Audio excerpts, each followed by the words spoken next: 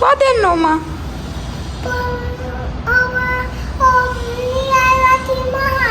nilai wa apre પછી આપી આવે માસ્તરને હારું કોને અમરે તો આજે એમ જ જવાનું છે, પછી આપી આવે બધી વસ્તુ હારું.